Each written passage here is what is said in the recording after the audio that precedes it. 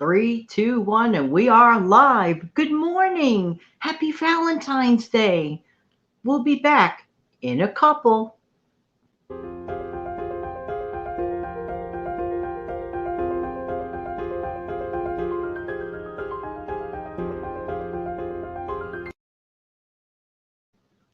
Good morning. Hi, this is Jan from New York City, and my channel name is Jan from New York City Saves Money, hopefully saves time, hopefully saves energy, and sometimes even a little sanity in this crazy world. Anyway, how's everybody doing today? Wishing everyone from my heart to your heart a wonderful Valentine's Day. Yay! Don't you love long weekends, especially when Valentine's Day happens to occur the next day being President's Day. So we have a 3-day weekend. Going to show you a couple of film clips, then we'll be right back. Hey, as you know, this is Jan because you're watching me live, but you're also watching this video clip. What am I doing? I'm reminding you to be so kind to please give the thumbs up to this video because YouTube really appreciates it. And if you're liking what you see, please give the thumbs up. And I also would like to thank you in advance for sharing this video. That's a very, very helpful thing for whomever may be interested in such subjects. I thank you very much.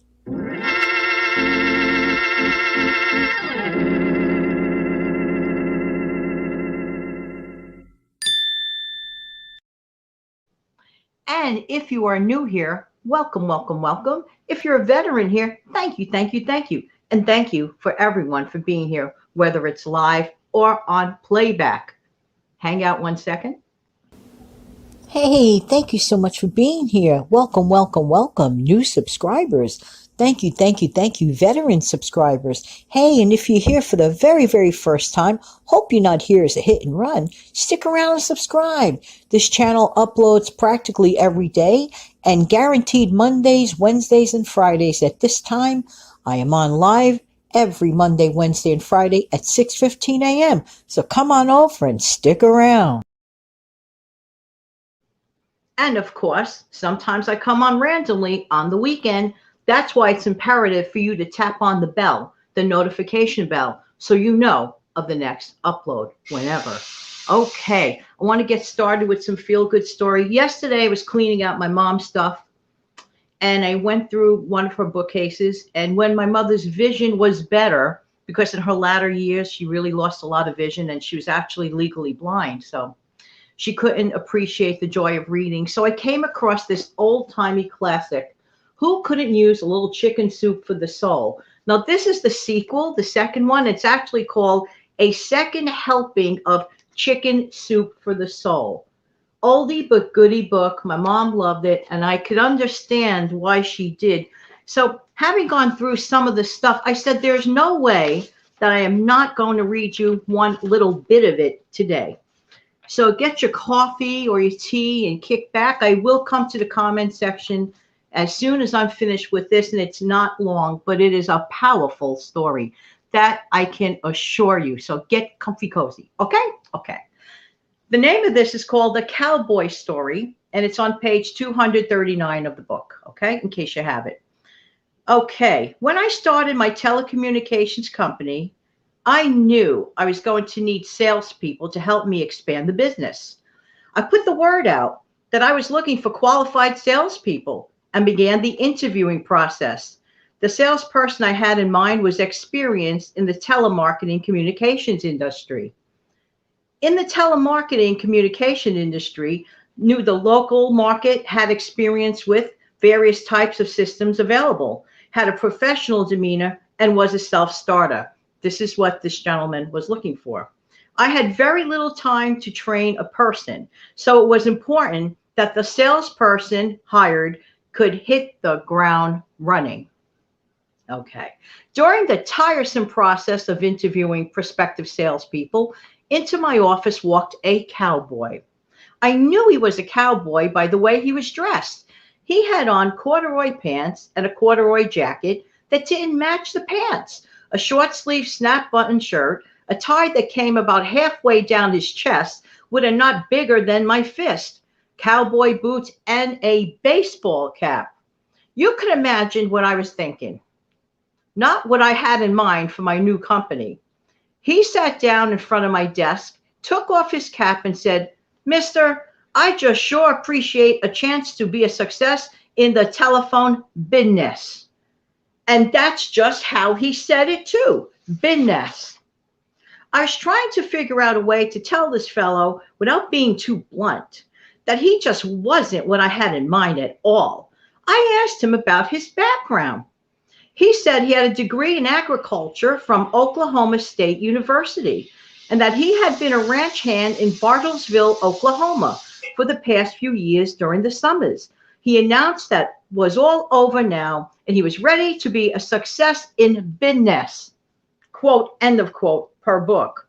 And he would just sure appreciate a chance. We continued to talk. He was so focused on success and how he would sure appreciate a chance that I decided to give him the chance. I told him that I would spend 2 days with him.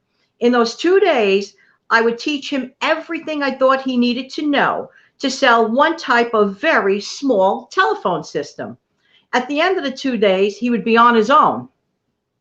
He asked me how much money I thought he could make. I told him, looking like you look and knowing what you know, the best you can do is about $1,000 per month. I went on to explain that the average commission on the small telephone systems he would be selling was approximately $250 per system. I told him if he would see 100 prospects per month, that he would sell 4 of those prospects a telephone system. Selling 4 telephone systems would give him $1,000. I hired him on straight commission with no base salary. He said that sounded great to him because the most he had ever made was $400 per month as a ranch hand, and he was ready to make some money. The next morning, I sat him down to cram as much of the telephone, quote, end of quote, business I could into a 22-year-old cowboy with no business experience, no telephone experience, and no sales experience. He looked like anything but a professional salesperson in the telecommunications business. In fact, he had none of the qualities that I was looking for in an employee except one. He had an incredible focus on being a success. At the end of 2 days of training, Cowboy, that's what I called him then, and I still do, went to his cubicle. He took out a sheet of paper and wrote down 4 things. Listen carefully, everybody. 1, I will be a success in business. I will see 100 people per month. I will sell 4 telephone systems per month. I will make $1,000 per month. He placed his sheet of paper on the cubicle wall in front of him and started to work. At the end of the first month, he hadn't sold 4 telephone systems. However, at the end of his first 10 days, he had sold 7 telephone systems. At the end of his first year, Cowboy hadn't earned $12,000 in commissions. No, instead, he had earned over $60,000 in commissions. He was indeed amazing. One day he walked into my office with a contract and a payment on a telephone system. I asked him how he had sold this one. He said, I just told her, ma'am, if it don't do nothing but ring and you answer it, it's a heck of a lot prettier than the one that you got. And she bought it. Okay. The woman wrote him a check in full for the telephone system, but Cowboy wasn't really sure that I would take the check. So he drove her back to the bank and had her get cash to pay for the system. He carried thousands of dollar bills into my office and said, Larry, did I do good? I assured him that he did good. After 3 years, he owned half of my company. At the end of another year, he owned 3 other companies. Hello. At that time, we separated as business partners, partners. He was driving, this is back in the 90s now, a $32,000 black pickup truck. He was wearing $600 cowboy cut suits, $500 boots, and a 3-carat horseshoe shaped diamond ring. He had become a success in quote, end of quote, business. What made Cowboy a success? Was it because he was a hard worker? Well, that helped. Was it because he was smarter than everyone else? No. He knew nothing about the telephone business when he started. So what was it? I believe it was because he knew this is in darkened print, knew the yagatas for success. He was focused on success. He knew that's what he wanted and he went after it. He took responsibility. He took responsibility for where he was, who he was, and what he was, a ranch hand. Then he took action to make it different. He made a decision to leave the ranch in Bartlesville, Oklahoma, and to look for opportunities to become a success. He changed. There was no way that he could be doing the things that he had been doing and receiving different results. And he was willing to do what was necessary to make success happen for him. He had visions and goals. He saw himself as a success. He also had written down specific goals.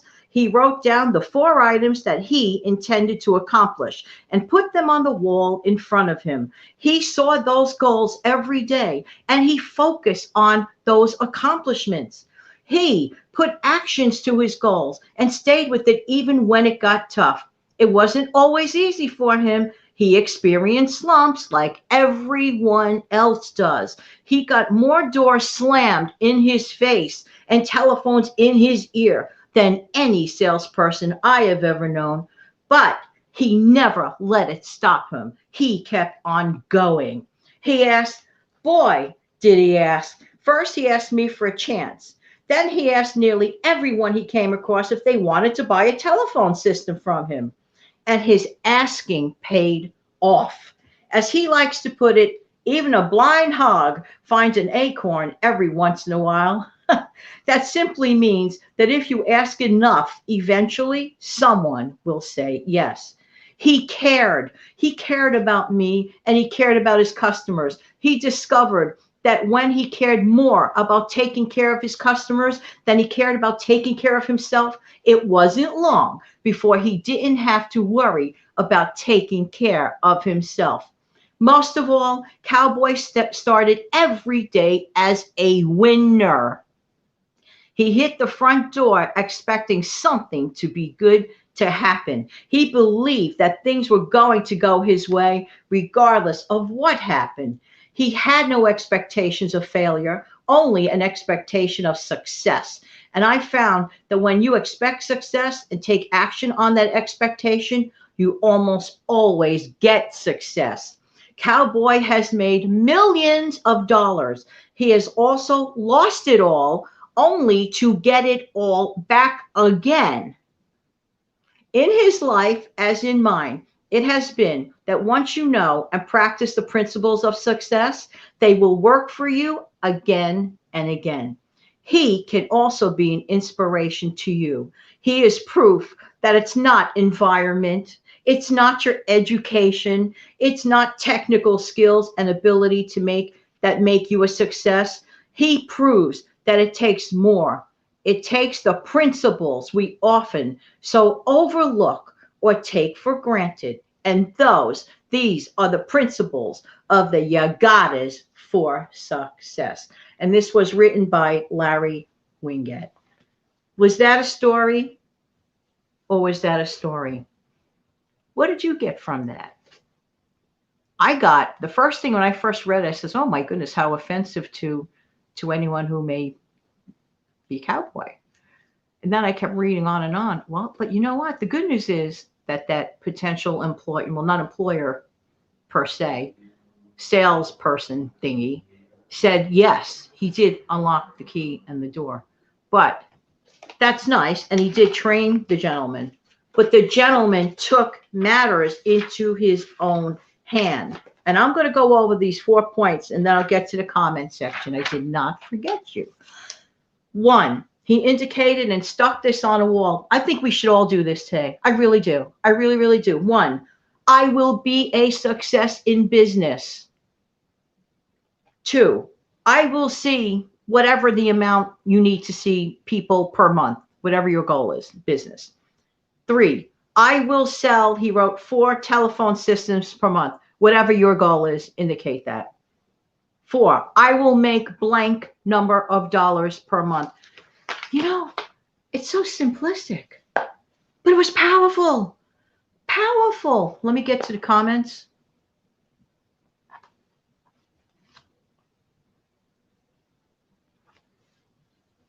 Oh, there goes my hair. How'd you like that story? Wasn't that cool? Woo! So many. Hey, Vicky, thank you so much for Ready and Waiting. I actually saw your comment, but I'm unable to respond at that point. So I'm responding now. Thank you for being here. Thank you so much. Good morning, Bet's Roadmap to Happiness and Financial Freedom. Saying good morning to everyone and a happy Valentine's Day too. Living in the moment, saying hi, Beth. Good morning, Lori Jones. How you doing today? Good morning, sis. How are you? Love, hugs, and kisses to you, my dear. Happy Valentine's Day. Love ya. Good morning, Sharon Jackson. How are you? Beth, in Canada, we have Family Day on Monday. Cool. Lucy wishing everyone a happy Valentine's Day. Patty back. Very nice. Everybody wishing everyone a great day. You guys are awesome. There you go. Beth says, love the story. It is proof that if you never give up, you will be successful. I really hope that this story reached everyone that I wanted to reach. If it reached one person, and I believe it did, made my day. Adam, how are you? Good afternoon. For you. Violet, what I get is that the employer gave him a chance and didn't judge him by his looks or speech. Absolutely. That's what I got. That's what I got. It seemed like he had a little bit of fear and trepidation initially because of the conditioning in our brain sometimes, but I'm so glad that ultimately the chance was given. And that was the best thing he ever did. Good morning, Cuzzy Lee. Happy Valentine's Day to you. Adam, happy Valentine's Day back to you too. Lucy M, very inspiring story. Okay. I just have like there's a chapter here. I'm not going to stay on too much longer. It's called Chapter 7, Overcoming Obstacles. These are like little paragraphs of little issues. We'll go to a couple, and then I will close the show. Let's find the one I was looking for. I'm just going to pick it randomly. When Thomas Edison invented the light bulbs, he tried over 2,000 experiments before he got it to work. A young reporter asked him how it felt to fail so many times. He said, I never failed once. I invented the light bulb. It just happened to be a 2,000-step process. I love it. That's really, really cool. Another one. When Alexander Graham Bell invented the telephone in 1876, it did not ring off the hook with calls from potential backers. After making a demonstration call, President Rutherford Hayes said, "That's an amazing invention, but who would ever want to use one of those?" Look at it this way. If not for that invention, we wouldn't be here right now. That's where it all started. Just saying, just saying. Okay. Well, in the meantime, I want to thank everyone for being here. I'm going to tap on my outro, wishing everyone a wonderful Valentine's Day and remainder of the weekend. Enjoy everything you do. And if you're by yourself this Valentine's Day, you are never truly alone. Give yourself a little love, a little attention. Treat yourself to that cookie. It's okay. Just saying, just saying. In the meantime, this has been Jan from New York City. Thank you so much for watching. Why? Because I really do appreciate you. And that's why I appreciate your time. Don't forget to come back tomorrow. We're going to talk about making a home office a little further. And we're also going to expound upon being a winner or a whiner. And after listening to the Cowboy Story, we could really expound upon that. Have an amazing day. I'll be back in 1 second with a goodbye. But first,